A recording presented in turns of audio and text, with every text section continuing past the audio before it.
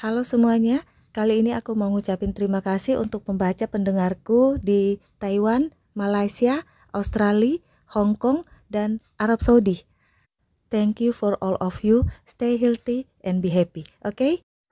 3, 2, 1.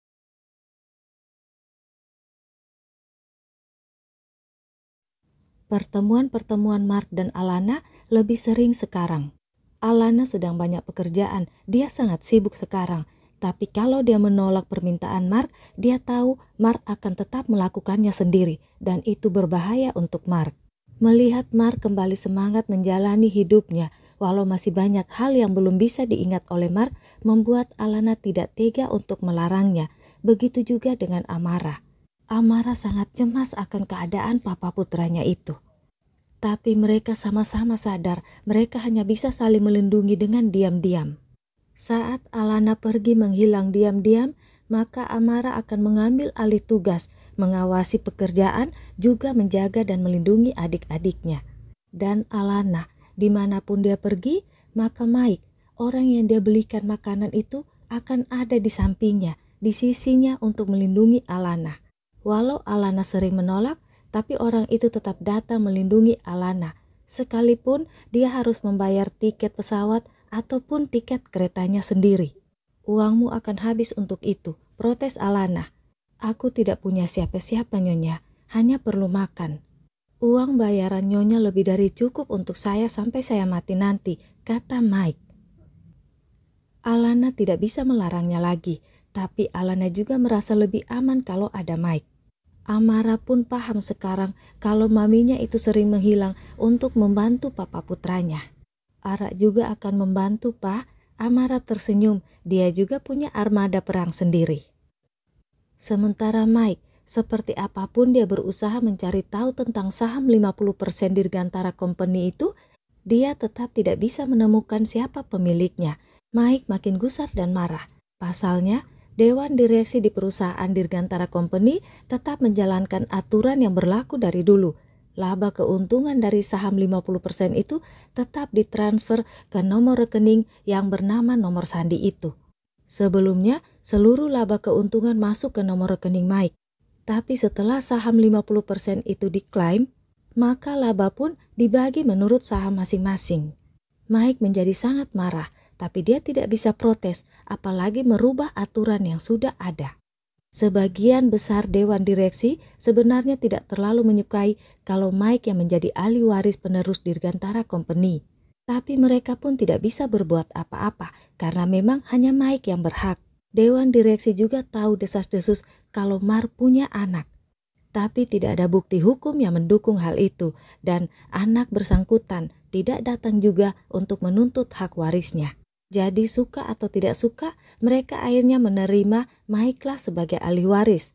Tapi dengan syarat, segala kebijakan yang telah Mark buat tidak bisa dirubah seenaknya, apalagi oleh Mike, kecuali oleh Dewan Direksi. Mike harus menerima syarat itu, yang penting segala milik Mark menjadi miliknya. Laba keuntungan yang sudah rutin ditransfer ke nomor rekening nomor sandi itu, uang itulah yang mulai dikelola oleh Mark, Andre, dan Alan. Andre juga tidak mengizinkan 3 orang sahabat Mark tahu tentang hal itu. 3 orang itu tahu Mark mendapat dana dari Andre dan Alana. Tender demi tender dimenangkan oleh perusahaan A dan A ataupun perusahaan baru Mark. Dirgantara Company hanya menang tender proyek-proyek kecil. PHK pun mulai diberlakukan di Dirgantara Company. Mike tambah marah dan gusar. Dia meminta Amara untuk ke Indonesia menangani Dirgantara Company. Dan Amara sangat terkejut saat tahu itu perusahaan papa putranya dulu. Amara pun juga jadi tahu Mike itu pamannya. Tapi di depan Mike, Amara bersikap seolah tidak tahu apa-apa. Amara pun mengambil keputusan untuk menolak permintaan Mike itu. Tuan, saya belum sehebat itu untuk menangani perusahaan yang lebih besar. Lagi pula saya tidak bisa bekerja ke negara lain. Saya masih sekolah. Maaf Tuan, kata Amara. Amara pun menceritakan semua hal itu pada Alana. Itu keputusan yang baik nak. Jangan terlibat lebih jauh. Itu perselisihan keluarga. Walau kau anak pendiri perusahaan itu. Tapi sekarang perusahaan itu bukan milik papamu lagi, nak. Pamanmu itu, pada adiknya, pada papamu, dia bisa berbuat begitu. Apalagi padamu, nak. Berhentilah bekerja pada pamanmu itu, oke? Pinta Alana. Tapi perkataan Alana itu justru merubah keputusan Amara. Keinginan Mike tercapai, membuat Amara melawan ibunya sendiri. Alana dan Amara pun sekarang sering berhadapan sebagai lawan saat tender. Kadang dimenangkan Alana, kadang juga dimenangkan oleh Amara. 3 orang sahabat pun menjadi pusing. Mereka satu kubu dengan Alana, tapi tetap saja mereka sangat sayang pada Amara. Steve pun yang satu kubu dengan Amara menjadi salah tingkah setiap bertemu dengan Amara. Tapi Amara bersikap seperti biasanya, memeluknya dan tetap memanggilnya Uncle Steve. Steve juga sangat merindukan sahabat-sahabatnya, tapi dia sudah memilih langkahnya sendiri. Dia hanya bisa menghindar untuk tidak bertemu sahabat-sahabatnya juga dengan Alana saat tender. Mike sangat senang melihat semua itu, tapi kemenangan-kemenangan tender oleh Amara tetap tidak menghalau gundah gulananya tentang saham 50% itu. "Apa kau tahu aku pamanmu?" tanya Mike pada Amara. "Ya, saya jadi tahu sekarang, Tuan. Mungkin Tuan punya maksud lain mendekati saya, bukan karena kemampuan saya. Itu membuat saya sedih, tapi tak masalah, ini pekerjaan saya," kata Amara sambil tetap fokus pada lembaran-lembaran kerja di depannya. "Kau tidak memelukku? Aku pamanmu," kata Mike lagi. Amara menatap Mike. "Tuan sejak awal sudah tahu saya ponakan Tuan. Apakah Tuan memeluk saya?" "Berlakulah seperti biasa, Tuan. Tuan yang punya perusahaan, saya yang bekerja pada Tuan," kata Amara cuek. "Kau, juga ibumu, kenapa kalian memakai nama lain? Kenapa kalian bersembunyi?" tanya Mike. "Kami tidak bersembunyi, tapi kami menjauh, Tuan. Hidup dengan hasil kerja sendiri itu lebih tenang. Tuan pasti tidak akan mengerti itu, karena Tuan tidak pernah kerja keras seperti kami," kata Amara lagi. Mike diam. Dia tidak merasa tersinggung. Dia hanya ingin yakin kalau anak Mark juga ibunya itu tidak akan mengambil harta Mark darinya. 2 bulan lagi akan ada tender besar. Om harap kita yang menang, kata Mike. "Saya akan bersiap seperti biasanya, Tuan." "Oh ya, Tuan, saya mau syaratnya 5% saham Dirgantara Company saat saya menang tender nanti," kata Alana membuat Mike terkejut. "Kau mengincarnya ternyata," kata Mike. "Tidak, Tuan. Saya baru tahu perusahaan Dirgantara Company ini didirikan oleh papa saya dulu. Jadi tidak ada salahnya kalau saya berusaha berjuang untuk Dirgantara Company juga. Mungkin papa akan senang," kata Amara dengan wajah yang sendu.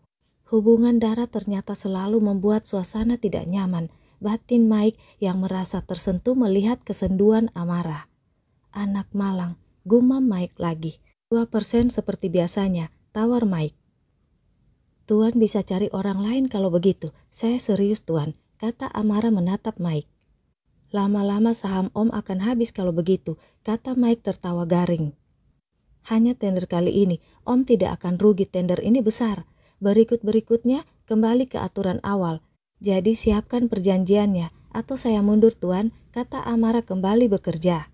Mike menarik napas dan menelpon sekretarisnya memberi perintah. Mike merasa kesal karena dia seolah-olah masuk jebakan Amara, tapi dia sangat butuh Amara. Amara sudah membuktikan hasil kerja kerasnya sangat memuaskan Mike. Di perusahaan barunya yang didirikan di Prancis, Amara sudah punya saham 18% dari tiap tender yang dia menangkan. Itu syarat yang Amara minta untuk bersedia menikah dengan anak partner bisnisnya. Tapi anehnya, pernikahan itu belum sedikit pun diurus oleh partner bisnisnya itu. Alasannya sedang sibuk dan menunggu anak gantengnya itu lulus kuliah dulu. Padahal di awal-awal partner bisnisnya itulah yang mengejar Mike untuk cepat-cepat dilakukan pernikahan. Tapi sekarang Mike tak bisa apa-apa, padahal di kepalanya sudah tersusun rencana rapi untuk pelan-pelan mengambil alih perusahaan partnernya itu lewat Amara. Mike bersabar. Cepat atau lambat, rencananya akan berjalan. Sekarang pun dia mulai bisa tersenyum lagi karena Dirgantara Company sudah memenangkan beberapa tender-tender yang agak besar berkat Amara. Dia ingin menguji dan membuktikan kesetiaan Amara pada tender besar nanti karena Amara akan mewakili perusahaan yang didirikan oleh papanya, sementara dia harus bertanding melawan ibunya. Mike tersenyum-senyum membayangkan hal itu. Dia sudah menyiapkan rencana terbaiknya. "Please nak, kali ini aja, aku mohon," kata Andre saat menelpon Alana. "Nggak Andre, nggak fair itu. Kalah menang ya sportif aja. Aku juga ada saatnya kalah kok," kata Alana ngotot. "Ini bukan masalah menang atau kalah nak, tapi Ara," kata Andre pelan. "Ara? Kenapa dia Andre?" Suara Alana tiba-tiba cemas. "Ara yang mewakili Dirgantara Company nak, aku dapat info barusan. Dia ketua tim Dirgantara Company untuk tender ini. Kau jangan marah padanya. Aku sudah cerita padanya tentang Dirgantara Company, jadi dia pasti punya alasan kenapa dia ikut tim. Masalahnya, aku takut ini sengaja Mike lakukan. Kau dan Ara akan saling lawan. Kalau di negara lain, perusahaan lain, itu tidak masalah. Tapi ini Dirgantara Company nak. Mar pasti akan sangat marah kalau tahu hal ini. Itu sebabnya aku langsung telepon kamu nak. A dan A gak apa-apa kalau gak ikut tender ini. Lagian di waktu bersamaan kalau gak salah jadwalnya kau harus ke Amerika untuk penghargaan dampingi Willy. Iya kan? Jadi please nak, aku minta sebagai teman juga sebagai pemilik A dan A. Belum waktunya kita perang terbuka nak, kata Andre. Alana terdiam dan berpikir. Akhirnya dia memutuskan memenuhi permintaan Andre. "Bisa jangan sampai Mar tahu tentang ini Andre, itu akan bahaya untuk otaknya. Kau sangat tahu hal itu, aku akan ngalah asal dia baik-baik saja. Tapi kalau ada apa-apa dengan Ara dan Mar, jangan menahanku Andre, aku sanggup membunuh mereka semua." Dan Alana menutup telepon itu. Andre menarik napas lega. "Apa yang gak boleh aku tahu? Kenapa Alana harus membunuh orang demi aku dan Ara?" Suara Mark yang sudah di samping Andre membuat Andre terlonjak, sangat kaget. "Mas bro?" Andre melihat kilatan marah di mata Mark. "Aku akan membunuh Mike malam ini," teriak Mark dan pergi. Wise men said, just walk this way, go down in the night.